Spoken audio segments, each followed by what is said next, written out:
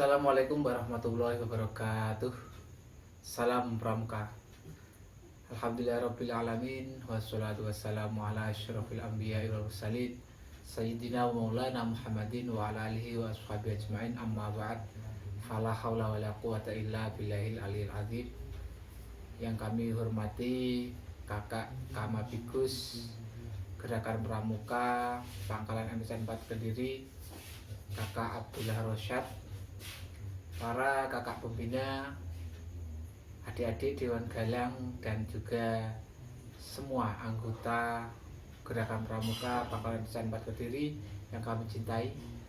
Pertama-tama marilah kita panjatkan syukur kita kepada Allah Subhanahu wa taala dengan ungkapan alhamdulillahirabbil alamin, yang mana Allah Subhanahu wa taala telah memberikan kita kesehatan, nikmat sehingga kita bisa menjalankan aktivitas sehari-hari dengan lancar.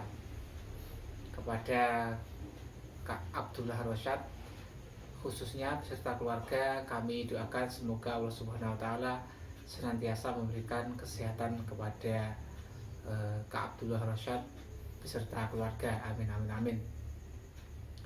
Salat dan salam marilah kita haturkan kepada Nabi kita Nabi Muhammad SAW dengan ucapan Allahumma sholli ala sayyidina Muhammad. Semoga kita semua nanti di hari akhir diakui sebagai umatnya. Amin amin. Adik-adik semuanya, alhamdulillah pada semester ini kita harus tetap berkomunikasi, harus tetap menjalankan kegiatan kepramukaan seperti biasanya. Kita berlatih biasanya pada hari Jumat setelah sholat Jumat itu, akan tetapi dalam semester ini kita tidak bisa bertatap muka karena kondisi yang belum normal, karena adanya wabah virus corona itu ya. Baiklah adik-adik semuanya, pada kesempatan kali ini saya mewakili para kakak pembina ingin menyampaikan beberapa materi, yang mana materi itu bisa bermanfaat untuk hidup kita di madrasah. Dan materi yang akan kami sampaikan adalah administrasi kepramukaan. Dalam sebuah tatanan gugus Jepang ya, administrasi kepramukaan itu sangat diperlukan, karena dengan adanya administrasi itu kita bisa memanage semua kegiatan-kegiatan di pangkalan kita. Pramuka adalah organisasi yang selalu berkembang, menyesuaikan diri dengan keadaan zamannya. Dulu tidak ada dan tidak pernah ada lomba fotografer. Sekarang ini ada lomba-lomba yang baru seperti lomba fotografer, lomba editing, dan sebagainya, yang mana lomba kegiatan ini bernuansa modern. Baiklah, kita bahas tentang administrasi kepramukaan. Administrasi dalam arti sempit adalah kegiatan yang menyangkut teknis ketatausahaan seperti surat menyurat, tulis menulis, pengetikan, pembukuan, arsip pengarsipan, dan sebagainya. Jadi dalam arti sempit, administrasi itu adalah hanya menyangkut teknis ketatausahaan. Sedangkan administrasi dalam arti luas adalah suatu proses kerjasama antara dua orang atau lebih untuk mencapai tujuan tertentu yang telah ditetapkan bersama. Ini dalam buku Boyman diterangkan ya. Yang saya pakai adalah buku Boyman, sudah lumayan lengkap. Secara luas, administrasi adalah ini tadi, proses kerjasama. Jadi kerjasama antara satu anggota pramuka dengan anggota yang lain sehingga tercapai tujuan bersama. Jadi ada titik yang perlu kita fokuskan, yaitu kerjasama. Dengan kerjasama kita akan mencapai tujuan yang telah kita rencanakan. Beberapa administrasi yang perlu kita buat di pangkalan kita adalah seperti buku-buku ya. di gugus depan kita. Seperti satu, buku presensi kehadiran. Setiap kita mengadakan kegiatan, setiap pelatihan rutin hari Jumat, yang pertama kita sediakan adalah buku presensi kehadiran anggota Gerakan Pramuka. Buku ini untuk mengecek atau mengontrol siapa saja yang tidak hadir, dan bisa untuk mengontrol para anggota Gerakan Pramuka yang istilahnya kurang aktif. Dengan absensi kita bisa melihat siapa anggota pramuka yang aktif dan siapa anggota pramuka yang kurang aktif.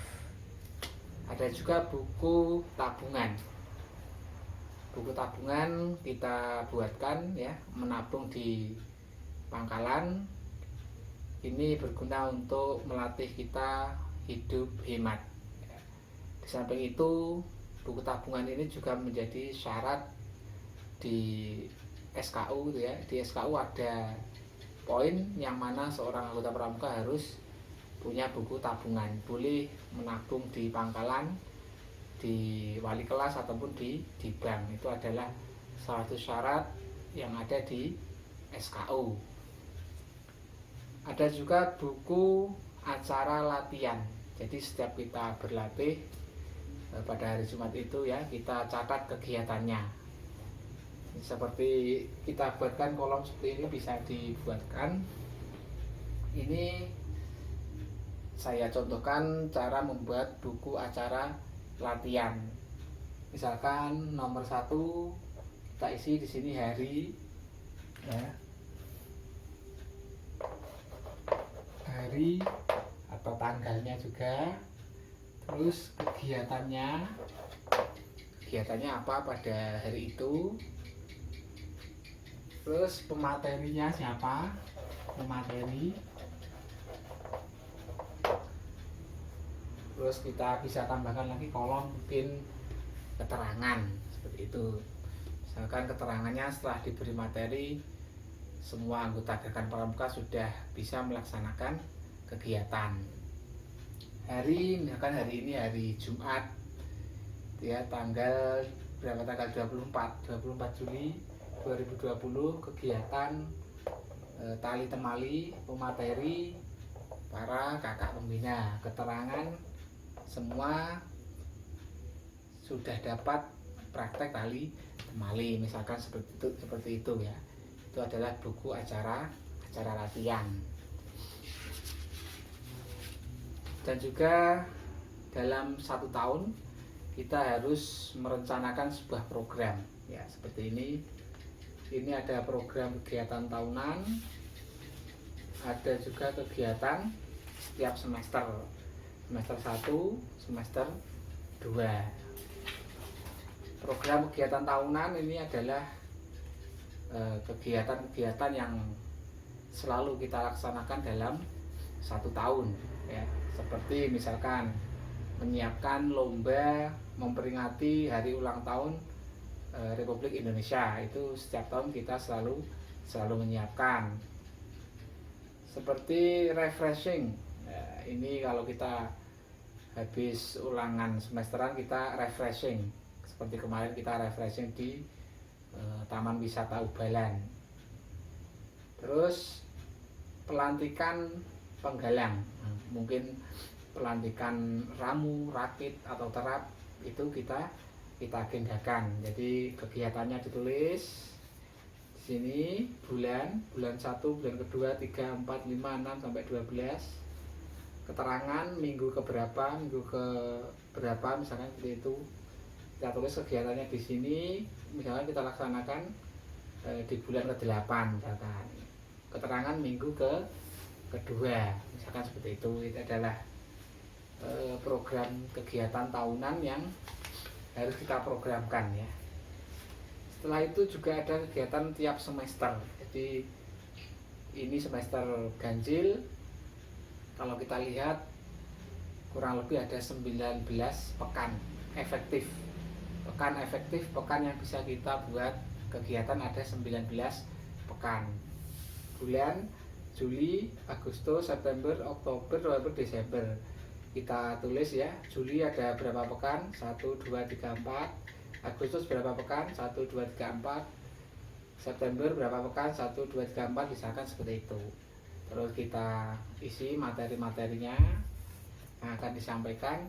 Terus kita masukkan ke pekan-pekan efektif. Kalau pekan tidak efektif kita beri tanda, misalkan tanda merah, berarti itu libur, tidak ada materi. Materi 1 misalkan kode etik gerakan pramuka, kita masukkan ke Agustus, misalkan minggu ke-1, berarti minggu ke-1 ini dicentang. Lambang gerakan pramuka kita masukkan ke Agustus, misalkan minggu ke-2 ya. Tentang struktur gerakan pramuka misalkan kita masukkan ke Agustus ke pekan ke-3, misalkan pekan ke-4 ini libur, berarti ya kita beri tanda merah. Materi selanjutnya nanti kita masukkan ke bulan September, pekan ke-1 ya, seperti itu. Ini semester 1. Jadi sebelum kita memasukkan materi ke pekan-pekan di bulan ini, kita harus mengetahui dulu pekan-pekan mana itu yang libur, yang tidak bisa dibuat untuk materi. Jadi kita harus melihat kalender pendidikan itu ya.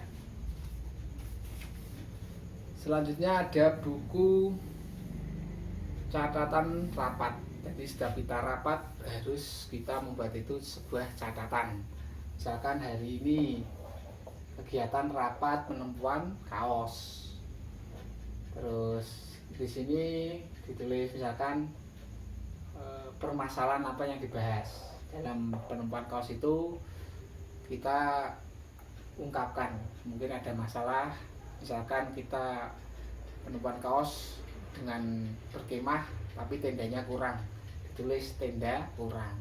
Di sini misalkan kita tulis pemecahannya, yaitu kita minjam ke pangkalan lainnya.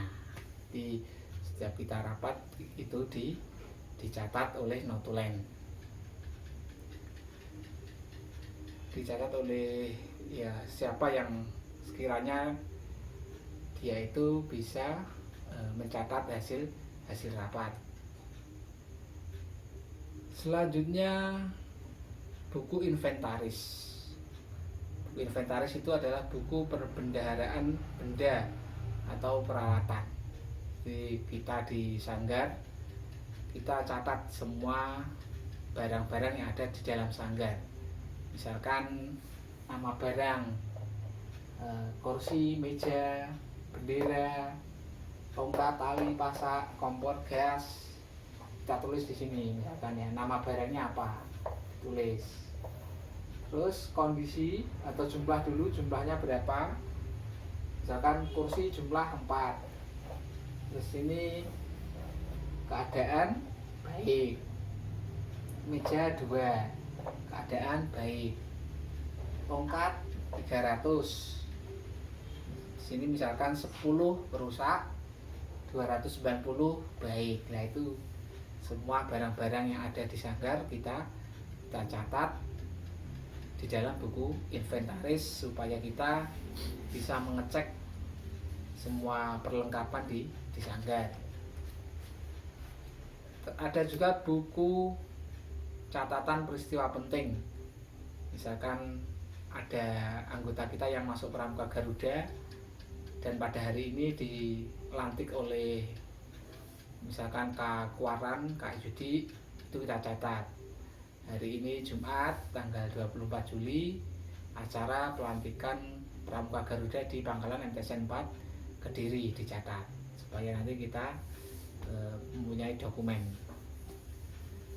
Ada juga buku upacara pelantikan. Setiap upacara pelantikan bisa dibukukan ya, dengan membuat buku yang diberi kolom-kolom seperti ini, diberi tanggal, tempat, waktu, peserta, itu dibukukan supaya tertib. Oh, pelantikan ramu pada bulan ini, pelantikan rakit bulan misalkan Desember, pelantikan terap bulan Februari, misalkan seperti itu. Jadi kegiatannya juga ditulis.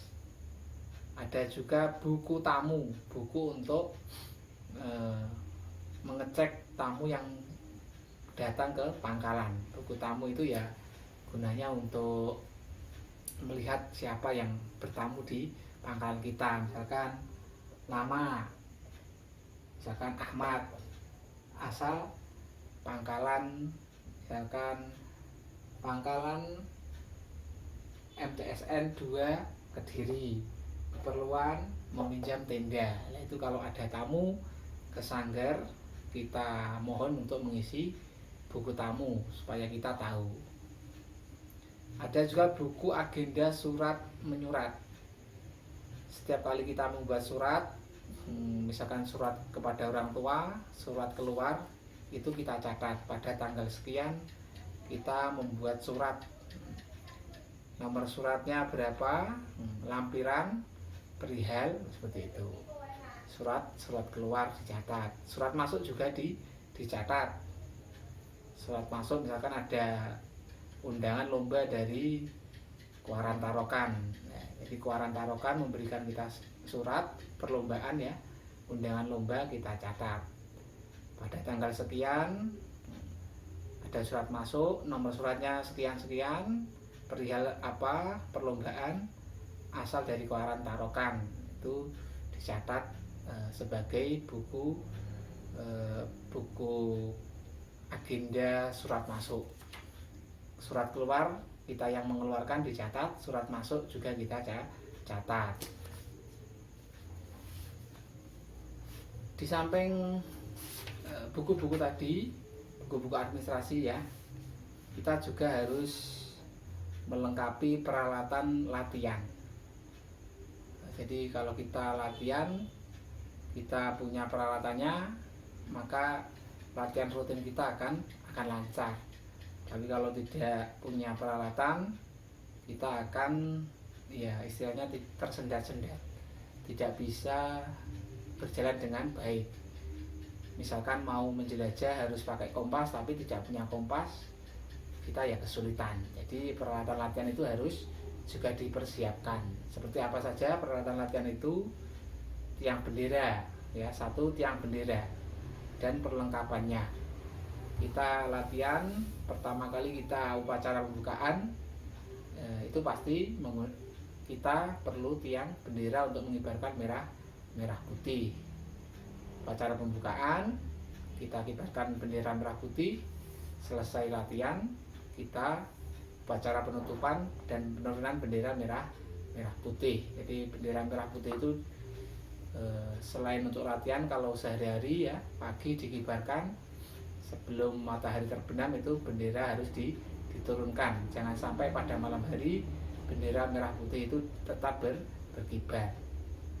Kalau hujan juga jangan sampai kena air. Kalau mau turun hujan langsung diturunkan benderanya. Bagaimana cara menurunkan? Ya nanti ada petugasnya langsung menurunkan. Ada salah satu orang memberi aba-aba hormat ya kepada sang merah putih, hormat, gerak seperti itu, semuanya hormat. Meskipun kita tidak dalam keadaan lengkap, tidak pakai seragam, ada bendera dinaikkan atau bendera diturunkan, kita harus menghormat. Pakai celana pendek, pakai kaos masih santai, tiba-tiba bendera dikibarkan, tetap kita harus menghormatinya. Caranya seperti itu. Peralatan latihan selain tiang bendera ada juga teks Pancasila, teks Undang-Undang Dasar, pembukaan Undang-Undang Dasar 45 dan Dasar Dharma. Ini kalau bisa dihafalkan. Jadi kemarin ada dari kakak kalian yang hafal teks pembukaan Undang-Undang Dasar 1945. Ini kalau bisa dihafalkan. Bendera-bendera ya, bendera merah putih, bendera kepanduan dunia WOSEM itu, dan juga bendera gerakan perampok kita harus punya. Ada alat yang juga kita perlukan adalah alat masak. Alat-alat masak Ini bisa kita tempatkan di sanggar kita, siapa tahu kita membutuhkannya ya. Misalkan malam minggu kita ada acara di sanggar, kita punya alat masak, nanti untuk membuat makanan, minuman gampang. Selain itu kalau nanti ada kemah, alat itu bisa kita gunakan saat camping, saat kita mendirikan tenda, dimanapun kita berada, alat itu sangat berguna. Kompas, kita perlu juga alat-alat berkebun ya, itu termasuk sarana latihan-latihan kita. Ada juga alat-alat untuk melukis, kesenian dan olahraga. Ini juga diperlukan untuk penunjang sarana latihan sehari-hari. Ada juga alat untuk membuat hastakarya. Ada juga alat P3K, buku-buku bacaan bermutu, alat-alat peraga latihan.